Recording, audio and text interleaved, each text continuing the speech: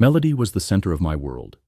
For 6 years, 3 of them as her husband, I had been her rock, her confidant, her biggest cheerleader.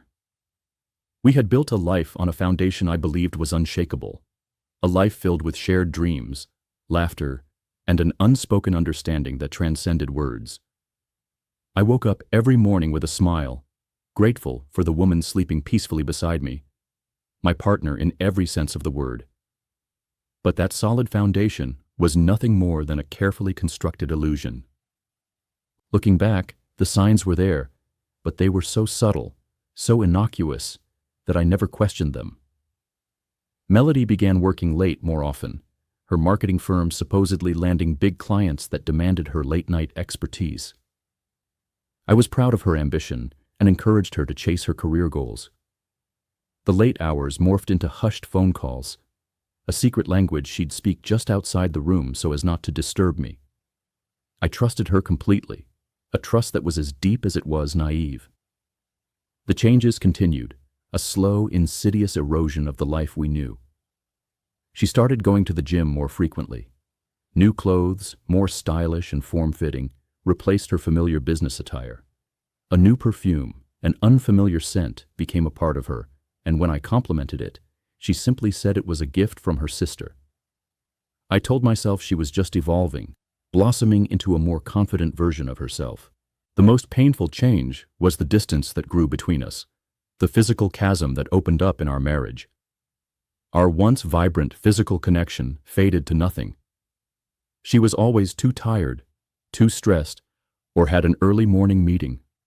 Month after month, our intimacy was replaced with excuses. I clung to the hope that it was just a temporary rough patch, a phase every long-term relationship endures. The illusion shattered on a Tuesday in March. Melody had left for an emergency client meeting, in such a hurry that she'd forgotten her purse and, more tellingly, her phone. That's when a knot of dread formed in my stomach. Melody never went anywhere without her phone. I decided to surprise her, to bring her purse to her office and maybe take her out for a late dinner. As I was zipping up her purse to get ready to leave, the zipper caught on something. I unzipped it further, and my hand found a small box. Inside was a positive pregnancy test. My heart stopped. We had tried for a baby in the early years of our marriage, but had decided to take a break. The thought of a baby, of a family, had always been a quiet longing in my heart. Why hadn't she told me? Why was this a secret? I looked at the date on the wrapper. 2 weeks ago. She'd known for 2 weeks and hadn't said a word.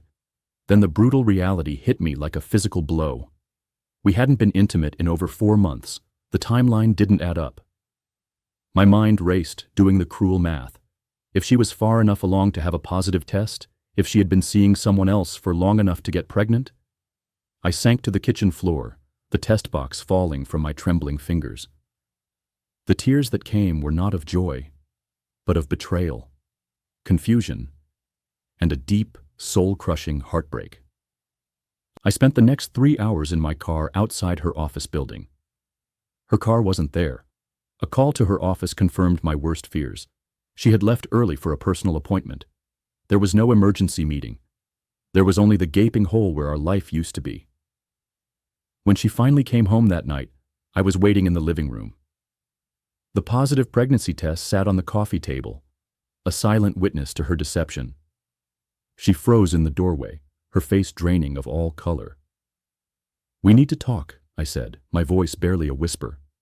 She sat down across from me, her hands clasped tightly in her lap. The silence was deafening, broken only by the sound of her quiet sobs. "How long?" I asked, my voice raw. 6 months, she whispered. 6 months. While I was cheering her on, she was building a life with another man. While I was giving her space, she was carrying his child. "Who is he?" I asked. "You don't know him," she said, tears streaming down her face. "He works for one of our clients." It started as coffee, she explained, then became something more. I never meant for it to happen. Her words felt like a physical assault. My heart, my sense of reality, everything I believed to be true about our life, shattered into a million pieces. "Are you in love with him?" I asked, my voice flat, devoid of emotion. The pause before her answer was an eternity. Yes, she whispered. I stood up and walked to our bedroom. I pulled a suitcase from the closet and began to pack. Melody followed me, begging me to stay, to talk, to work things out. But what was there to work out? She was pregnant with another man's child. She loved him. Our marriage had become a stage for a performance she was putting on for my benefit. "Where will you go?" she asked as I packed the last of my clothes.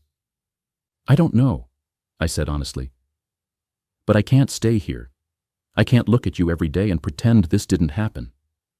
As I loaded the last of my things into the car, she came out one last time. "I'm sorry," she said, her voice filled with regret. "I know it doesn't mean anything now, but I am genuinely sorry.